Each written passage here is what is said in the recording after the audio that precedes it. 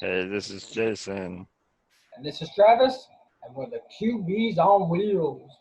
It's time for the uh, fantasy football episode this week with fantasy guru Travis. All right, Travis, we got a bunch of stuff to talk about. Let's start with the QBs. The leaders in fantasy points are Lamar Jackson, kind of a surprise, Dak Prescott, a little surprise, and Patrick Mahomes, no surprise whatsoever. Who do you like, and who are your deeper down the list picks? Well, you said one of them, Dak Prescott. I mean, he's been playing phenomenal, and they play the crappiest team in the league, Miami. So I think him and the whole. If you got any player on the Dallas that's either the quarterback, running back, one or two receiver, or tight end, you should probably start them this week. I actually picked up Jason Witten in my league because my tight end kind of sucks. So I picked him up just because they're playing Miami. Yep, and their defense too. Yeah, their defense. Um, just a little bit of trivia for you. It, Miami has given up the most fantasy points to quarterbacks and defenders, and the second most fantasy points to running backs and tight ends of anybody in the league, and sixth most to wide receivers. And you may say, well, why aren't they giving them as many fantasy points to wide receivers? Well, because no one needs to throw the ball against them. They can just run it right down their throats. Yep. It's just a matter of nobody's ever been behind against Miami, so they don't need to light up their receivers. Right. But yeah, honestly, Miami right now looks like a college team that's about to be bumped out of the top 25. Yeah. I don't know I don't even want to say it because their defense did kind of look good, and I just blew up your team, so I got to downgrade my team. But Jacoby Brissett, they play the Atlanta Falcons this week, the Colts. I just have a feeling he's going to have a decent game. I really do. That's kind of a sleeper pick. Don't sleep on Daniel Jones either. It's probably the best time to play him. They play Tampa Bay, which isn't a very good team. The only problem is he has a hard time holding on to the ball. For some reason, he fumbles a lot. In college and in the preseason, he fumbled a decent amount. And I'm pretty sure Tampa is going to blitz the hell out of him. So that's a little thing to watch. But I have a feeling that he could have a good game. I think he could have a good game. And he should be available in a lot of the leagues because he wasn't the starter until this week. Exactly. So if you jumped on the waiver, you might be able to pick him up before whoever has Eli drops Eli. Right. One other one I wanted to ask you about, because this surprised me when I looked at the stats.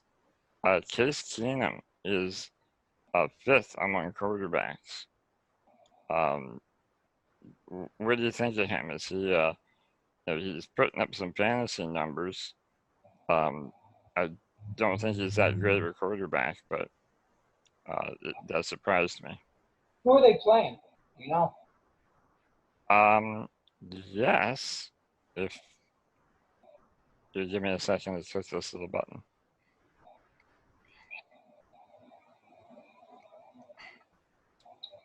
Yeah. Let's see here. Redskins.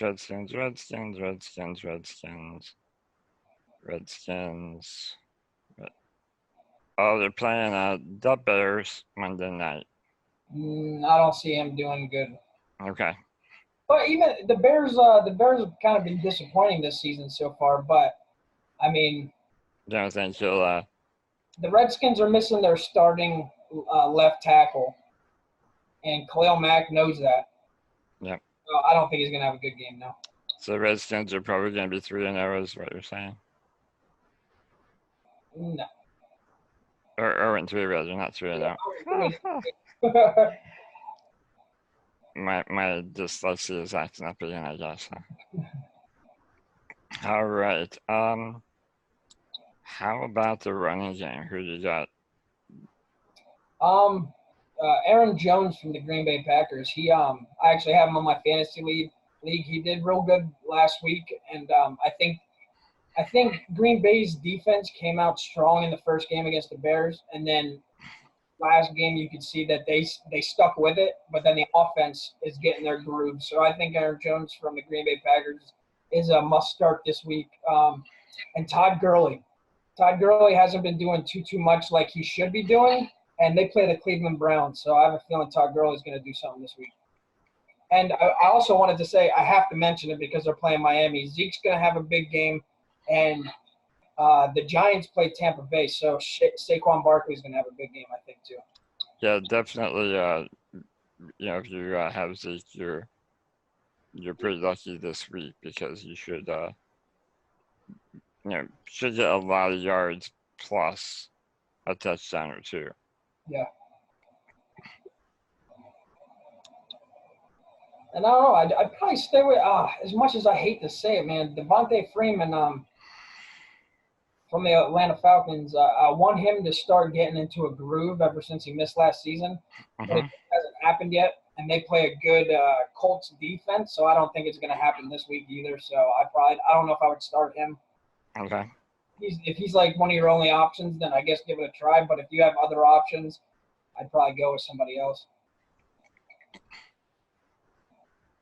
The leaders right now are Eckler, Cook, and McCaffrey, and we were expecting McCaffrey to do great, but Eckler, he was the backup supposedly, and right now he's scored more fantasy points than any running back in the league.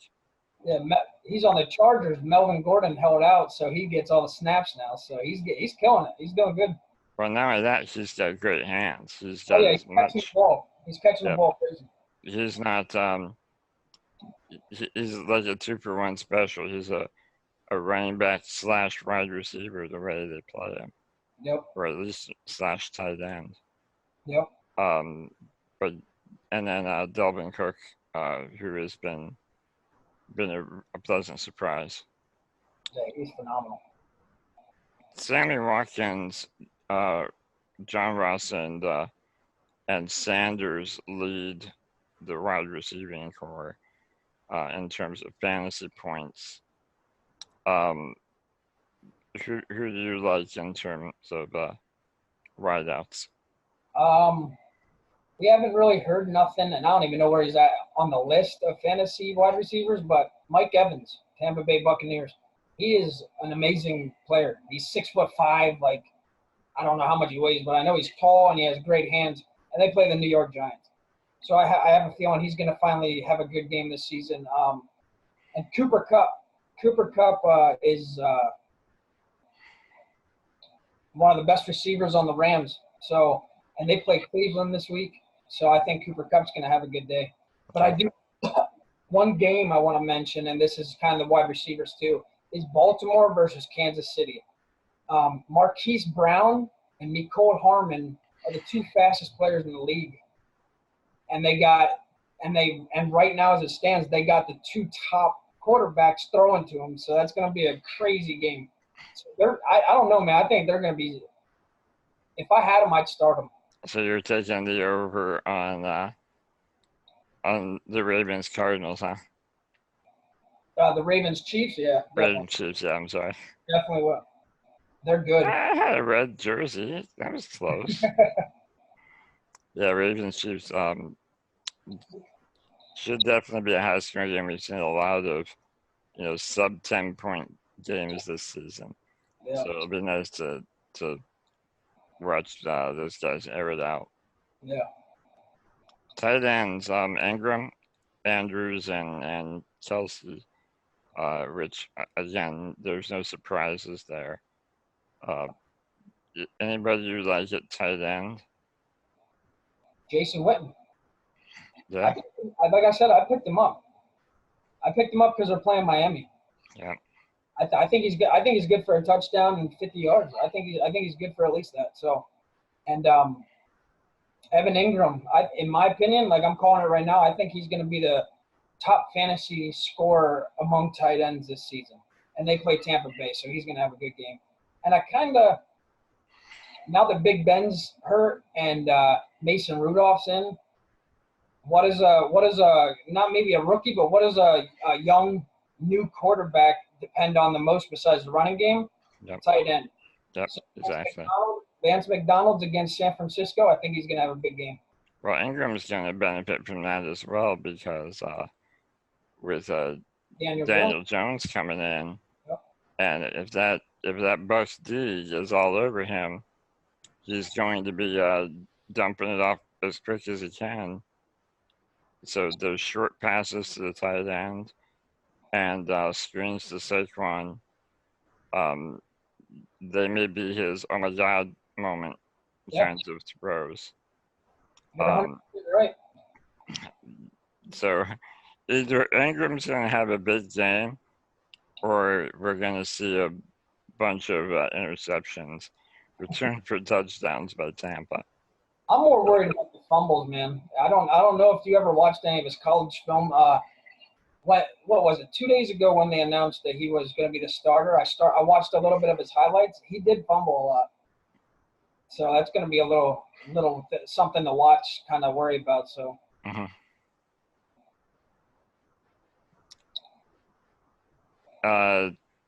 Kickers. We don't really care too much about the kickers. Let's face it. But here are the leaders. Sly with the Panthers, Lutz with the Saints, and Tucker with the Ravens. And for me, that's an interesting one because part of the reason why he has a bunch of fantasy points is point after attempts because the Ravens have scored so many TDs this season. So remember, every time Lamar Jackson gets in the end zone through the air, you got a kicker who's gonna come up and try to boot the extra one through.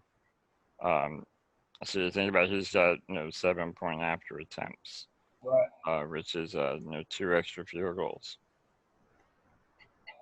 The defense, it's really no surprise because of who they have played, but the Patriots D is way ahead of the 49ers for a second. Patriots face the Jets. That's what I'm saying. It's going to continue. So yeah, I mean, I don't see any real change there. No. But yeah, keep an eye on the Pats D because they're no joke so far. You know what's crazy too? I picked up their defense last week because they played Miami, and never guess what? They got me 32 points. Wow. Yeah, they had 2 pick sixes. That's awesome. Yep. Yeah, it's hard to believe it. The Patriots have given up 3 points, not per game, total. Yep. That's nuts. Yep. All right. Any last bits of inspiration to share with our fantasy football players out there? I have faith. I got to talk about my team because I kind of dissed them on this one. I have faith that the Falcons are going to win, but I do think that it's going to be tough.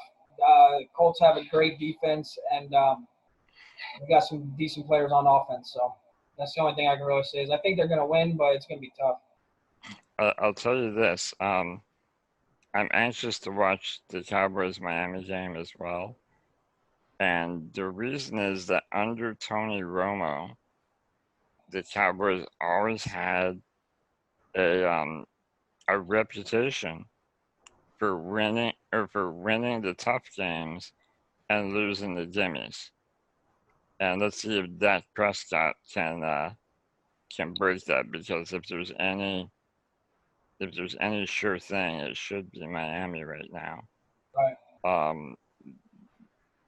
You know, put Amari Cooper, Jason Witten, and Zeke on the field with no other players, and they got a shot at beating Miami.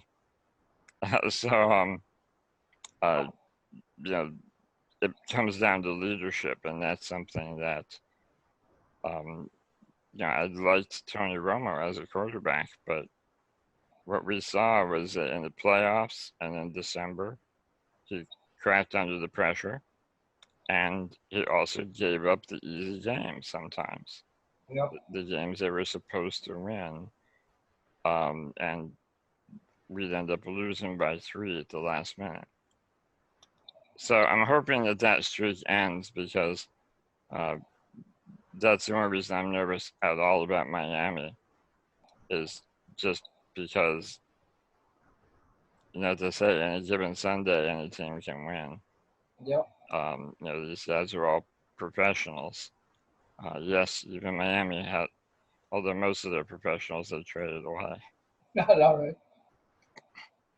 Do you ever feel like Miami is like the major league of football, maybe major league? Yeah. Like, seriously, I'm like, if Charlie Sheen gets drafted by Miami, we know what's going on.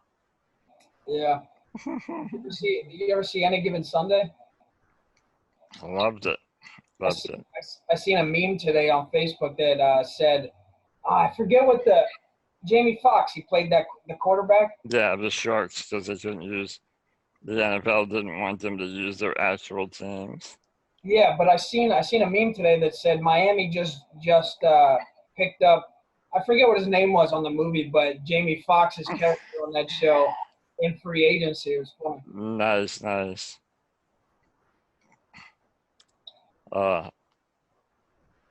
Such a good movie, though. That was a great movie. All right. So until next time, we are the QBs on Wheels. Follow us on Twitter. Our next episode, we'll be picking our pick 6 on Sunday. 6 teams that are going to win this week. Guaranteed, sort of. Thanks. Maybe from him, not me. I've been We're out. Peace out. Peace.